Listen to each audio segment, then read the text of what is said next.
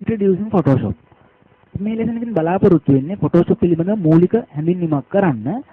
මේකෙන් පසු ඔයගොල්ලෝ හදාරන අනිකුත් ලෙසන් වලින් කරන්නේ අපි Photoshop වල කරන කාර්යයන් ඉගෙන ගන්න එක.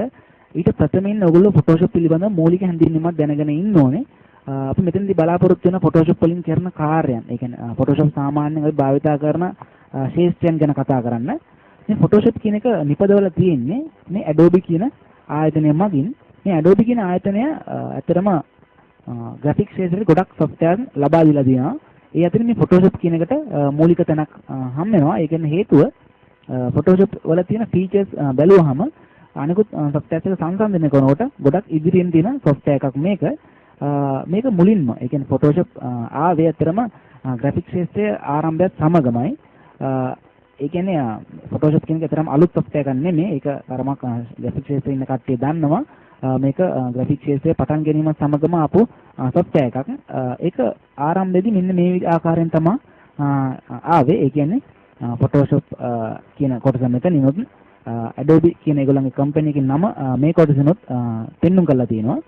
මේක ක්‍රමක්‍රමයෙන් දියුණු වෙනවා මේ Photoshop කියන එක. ඒගොල්ලෝ අවුරුද්ද මේ Photoshop කියන එකට තවත් ගොඩක් අතුලත් කරලා ගොඩක් ඇඩ්වාන්ස් ෆීචර්ස් අතුලත් කරලා අනවශ්‍ය දේවල් අයින් කරලා නැවතත් ඒක දියුණු කරනවා. ඊට පස්සේ ඒ කියන්නේ Photoshop දියුණුවත් සමගම Photoshop 7 සහ CS නිකුත් වුණා. මේ Photoshop 7 කියන එක ගොඩක් විශේෂයක් තැනක් තියෙනවා. මොකද මේකට හේතුව graphics ශේෂ්ත්‍රයේ කට්ටිය තරමක් දන්නවා මේ 7 කියන software එකත් සමගම graphic ශේෂ්ත්‍රයට Photoshop වලින් අපිට ගොඩක් දේවල් ලබා දීලා තියෙනවා. මේ 6 සහ ඊට ප්‍රථමයෙන් application වලට වඩා මේ 7 කියන එක තරමක් දියුණු අවස්ථාවක තියෙනවා. ඒ වගේම ඊට පසුව ඒ කියන්නේ මෑතකදී රිලීස් වුණ version එක හැටියට මේ CS කියන එක හඳුන්වන්න පුළුවන්. මේ Photoshop CS කියලා නමින් තමයි මේක හඳුන්වන්නේ. මේකේ තවදුරටත් මෙතන ඉලක්කමක් නෙමෙයි ඉන්නේ. CS කියන අකුරු දෙක තමයි එන්නේ. ඒ කියන්නේ Creative Suite කියන එකේ මුල් අකුරු දෙක තමයි මෙතනට මේ අරගෙන තියෙන්නේ ඒගොල්ලෝ. දැන් මේකෙන් පසු වෙන version එක මේගොල්ලෝ නිකුත් කරන්නේ Photoshop CS2 කියන ආකාරයට. ඒ කියන්නේ තවදුරටත් මෙතන මේ ඉලක්කමක් විතරක් නෙමෙයි CS සහ තව ඉලක්කමක් මෙතනින් ඒගොල්ලෝ නිකුත් කරනවා. ඒ කියන්නේ මේක නැවතත් එකේ සිට තමයි පටන් ගන්න තියෙන්නේ. නමුත් CS කියන උපසර්ගයත් සමග. ඒ වගේම මේකේ මේ Photoshop වලින් කරන කාර්ය ගැන සාකච්ඡා කරොත් අපිට ඒක ප්‍රධාන වශයෙන් කොටස් 4කට බෙදන්න පුළුවන්.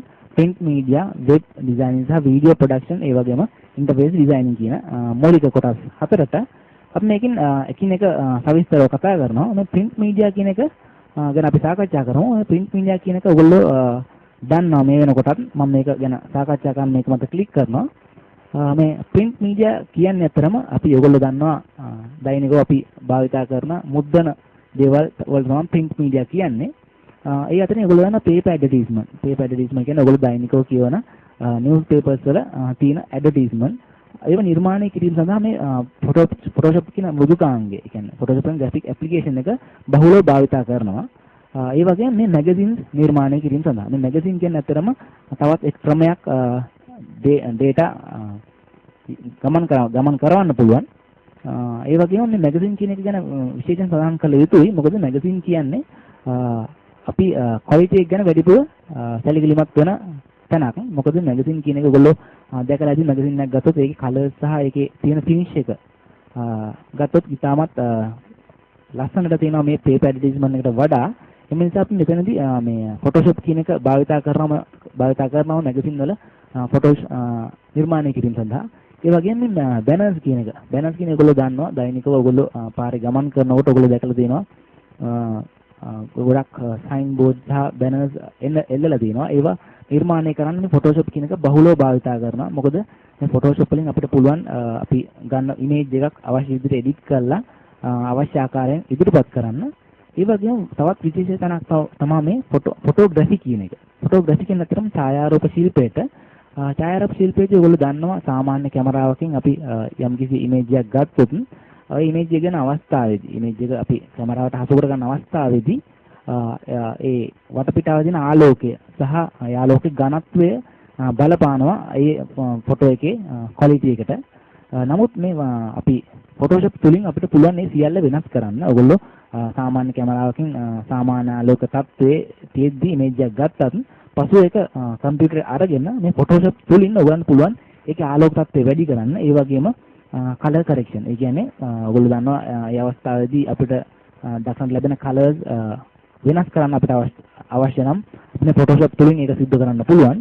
ඒ වගේම මේ reproduction image කියන එක ඔයගොල්ලන්ට තරමක් දන්නව ඇති. මේ කරන්නේ අතර මෙන්න මේ කොටසින් කරන්නේ යම්කිසි image එකක් අපි කාලයක් සමගම ආලෝකයෙන් නිරාවරණය කරලා තිබ්බොත් ඒකේ තියෙන colors පිච් වෙන්න පුළුවන්. ඒ වගේම ඒක දුර්වර්ණ වෙන්න පුළුවන්. ඒක විනාශ වෙන්න පුළුවන්. නමුත් මේ Photoshop හරහා අපිට නැවතත් ඒක අලුත් තත්ත්වයට පත් කරගන්න පුළුවන්.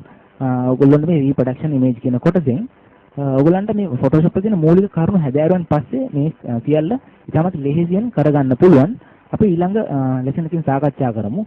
ඒ කියන්නේ වෙබ් ඩිසයිනින් වලදී මේ Photoshop කොහොමද වැදගත් වෙන්නේ කියලා.